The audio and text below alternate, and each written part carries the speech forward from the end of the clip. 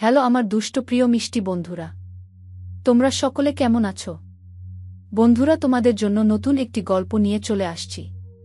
বন্ধুরা, তোমরা আমাকে যে পরিমাণ সাপোর্ট করেছো সেটা বলার মতো ভাষা নেই আমার কাছে।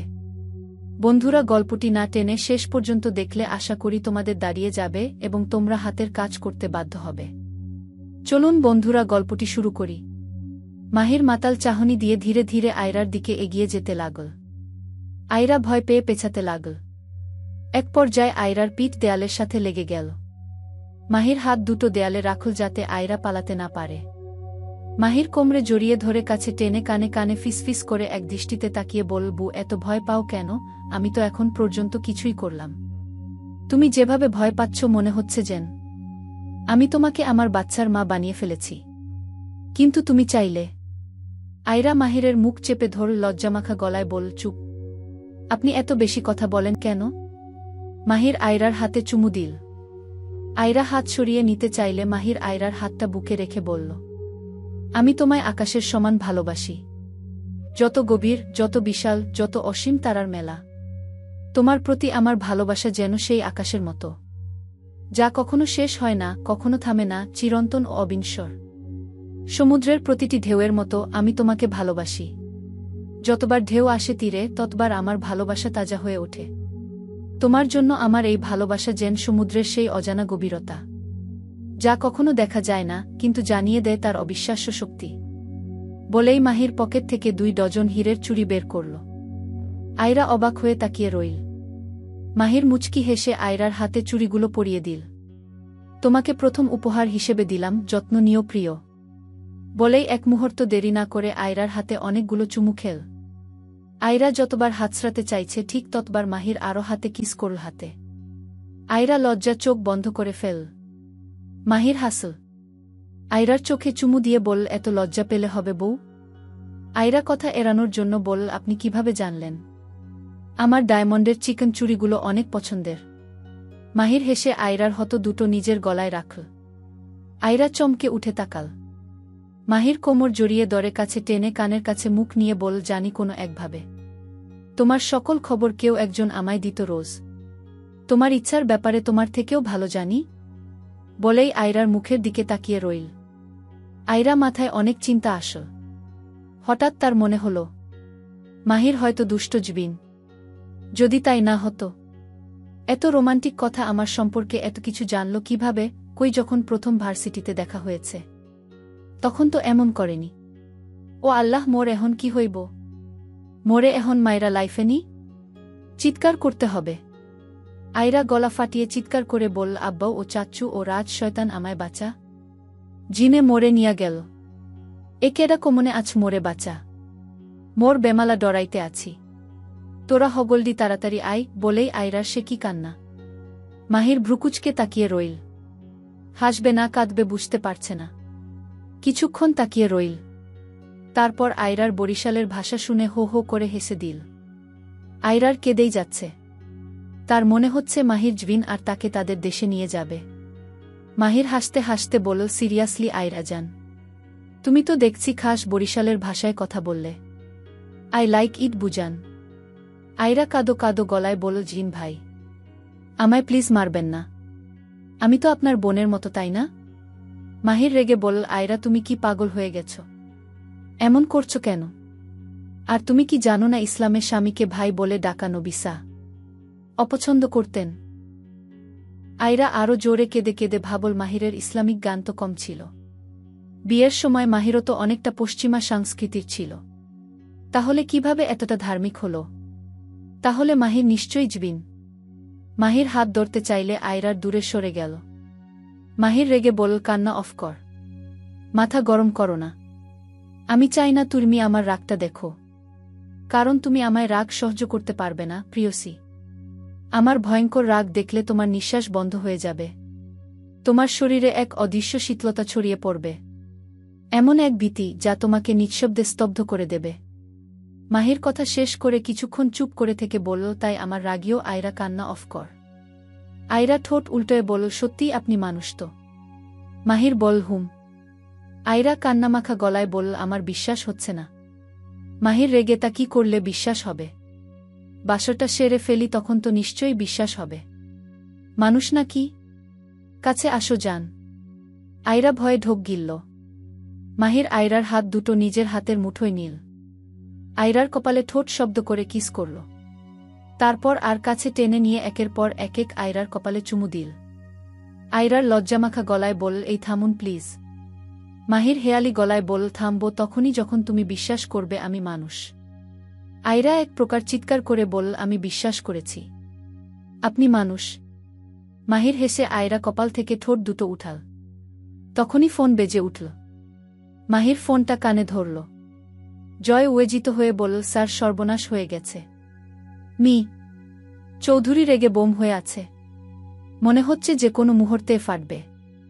মাহির কপাল কুঁচকে বলল, কেন? জয় মাথা চাপড়াতে চাপড়াতে বলল, হায় কপাল আমার। স্যার আপনার মিটিং ছিল 7টায়। এখন তো অলরেডি 8:30 বাজে। আপনি তো আগে এতটা বেখেয়ালি ছিলেন না। মাহির হতাশ গলায় বলল, এখন কি হবে? জয় রেগে বলল, আমি কি জানি। আর করুণ বউয়ের সাথে রোমাঞ্চ? মাহির রেগে বলল, তুই তো দেখছি আমার জাত শত্রুর হয়ে যাচ্ছিস। জয় থতমত খেয়ে বলল, স্যার তাড়াতাড়ি ল্যাপটপ অন করুন আর মিটিংয়ে জয়েন্ট হন। মাহির কল কেটে সোফায় বসে পড়ল। সে গম্ভীর মুখে ল্যাপটপ খুল। মিটিংয়ে জয়েন্ট হতেই মি চৌধুরী দিল এক চিৎকার রেগে বল, ওই মাহির, তোমার বড় বড় কথা গেল কোথায়? কত মিটিংয়ে বলেছিলে তুমি নাকি কাজকে বড় করে দেখবে। এখন তো দেখছি বাংলাদেশে গিয়ে বুকে বড় করে দেখছ। মাহির হতাশ গলায় বলল, সরি আমি। কারণ সে জানে এই চৌধুরী কতটা ডেঞ্জারাস। আজকে হয়তো একে মানাতে 1 ঘন্টা লেগে যাবে। মি চৌধুরী রেগে বলল, তোমার শরী দিয়ে আমি কি করব? হ্যাঁ, মাথায় ঢালব নাকি? যাও, আজকে আর মিটিংই করব না। তুমি ফ্রি হয়ে জানিও তারপর করব। মাহির গম্ভীর গলায় বলল, স্যার এমন করছেন কেন? আপনি বুঝি আপনার বুকে ভালোবাসেন না? মি চৌধুরী রেগে বলল, এমন ভাব করছো মনে হচ্ছে তোমাদের নতুন বিয়ে। মাহির মজা করে বলল, আপনিও তো বাঙালি, আমার কষ্টটা একটু বুঝুন। আমি এই 3 বছরে বউয়ের কাছে একবারও আসেনি। বাসর তো দূরের কথা।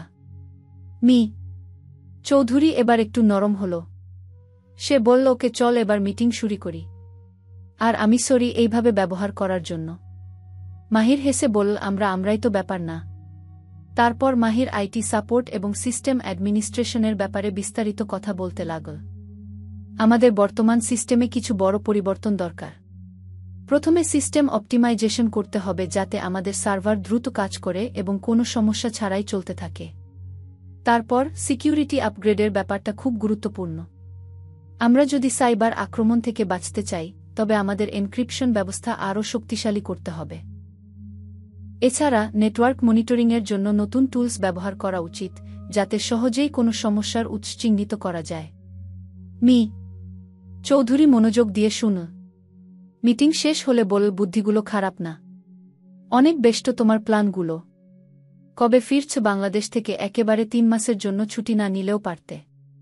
আমার তো তোমাকে ছাড়া এই যুক্তরাষ্ট্রের গুগল অফিসটা খালি খালি লাগে। মাহির হেসে বল, খুব তাড়াতাড়ি আসব। মি চৌধুরী বল, এখন রাখি, তোমার ম্যাম ফোন করছে। এখন বাসায় না গেলে হয়তো আমায় আজ সারারাত দাঁড় করিয়ে রাখবে। রাখি কেমন? Take care. মাহির মাথা নেড়ে ল্যাপটপটা বন্ধ করল। তারপর হাফ ছেড়ে বাঁচল। আয়রা, 1 গ্লাস পানি নিয়ে আসো তো। আয়রা এনে দিল। মাহির এক নিঃশ্বাসে 1 গ্লাস পানি শেষ করল। আয়রা ভ্রুকুচকে বল, এমন করছেন কেন? মাহির হতাশ গলায় বল, আরে কি বলবো তোমায়, এই মি চৌধুরীর সাথে কেউ মিটিং করতে চায় না, গুগল অফিসের কেউ না। তার নাম শুনলেই পালাই। আমার সাথে ভালো সম্পর্ক। তার পিছনে কারণ আছে, তোমার শ্বশুরের বেস্ট ফ্রেন্ড। সেই সুবাদে আমাদের বাড়ি সবসময় আসত। এই চৌধুরীর সাথে আমাকেই সব সময় মিটিং করতে হয়। অফিসের সবাই আমায় ভয় পায়। আমি আসার আগেই নিজেদের কাজকর্ম ঠিক করে নেই। কিন্তু মি চৌধুরী আমাকে ভয় পাবার বদলে একগাদা রোজ কথা শোনায়। একে নিয়ে আমি মহাবিপদে আছি। আয়রা হাসতে হাসতে বলল, একদম ঠিক হয়েছে। মি চৌধুরী আপনার জন্য ঠিক আছে। মাহির রেগে বলল, তাই বুঝি। তারপর আয়রাকে টেনে কোলে বসাল। আয়রার কাঁধে থুতনি রেখে বলল, ভালোবাসি আয়রা জান। আয়রা কেঁপে উঠল। কিছু বলতে পারল না। মাহির হেসে বলল, চলো না আমরা ঢাকার শহরটা ঘুরতে যাই। আয়রা উৎসুক হয়ে বলল, কোথায় যাব? মাহির চোখ টিপ মেরে বলল, সারপ্রাইজ। তাড়াতাড়ি বোরকা পরো তো। আয়রা দৌড়ে গিয়ে বোরকা পরে আসল। মাহিরের হাত ধরে বলল, চলুন দ্রুত। মাহির আয়রার হাতের দিকে তাকাল। আয়রা থতমত খেয়ে বলল, আপনি দৌড়লে দোষ নেই। আমি দৌড়লেই যত দোষ, তাই না? মাহির হেসে আয়রার কপালে চুমু দিয়ে বলল, হিম কোনো দোষ নেই। আমি অনেক খুশি তুমি আমার সাথে আস্তে আস্তে ফ্রি হচ্ছ তাই। আয়রা লজ্জা পেল। মাহির আয়রার গাল টেনে বলল, ওলে ওলে আমার লজ্জাবতী বুটা, খালি লজ্জা পাই। তোমার লজ্জা বাসর রাতে দেখার আগেই মনে হয় শেষ হয়ে যাবে। আয়রা কথা ঘুরানোর জন্য বলল, চলুন তাড়াতাড়ি, দেরি হয়ে যাচ্ছে। মাহির হেসে বলল, ওকে চলবো। আয়রা ও মাহির একতলার সিঁড়ি বেয়ে নিচে নামল। আয়রা দেখল গেটের সামনে রিকশা দাঁড়ানো। আয়রা মন খারাপ করে ভাবল, যদি রিকশায় ঢাকার শহর ঘোরা যেত কত মজা হতো। কিন্তু মাহির সারা জীবন যুক্তরাষ্ট্রে বড় হয়েছে, সে কি আর রিকশায় চড়বে? মাহির আয়রার দিকে তাকিয়েই তার ভাবনাগুলো বুঝল। এক প্রকার হাত দুটো নিজের হাতের মুঠোয় নিয়ে বলল, এই রিকশা তোমার জন্যই। আমি আজকের রাতের জন্য ভাড়া করছি। কি খুশি তো? আয়রা খুশি হয়ে মাহিরকে জড়িয়ে ধরল, বল, খুব খুশি। মাহির আয়রার কানে কানে বলল, বউ, এখানে অনেক মানুষ আছে, তাই ছাড়। বেডরুমে গিয়ে জড়িয়ে ধরো। সাথে চাইলে চুইমু তুমু দিও, আমি কিছু মনে করব না। আয়রা লজ্জা ও রাগের সাথে ছেড়ে দিল। এই আপনার কি লজ্জা করে না এমন কথা বলতে? নাহ, করে না।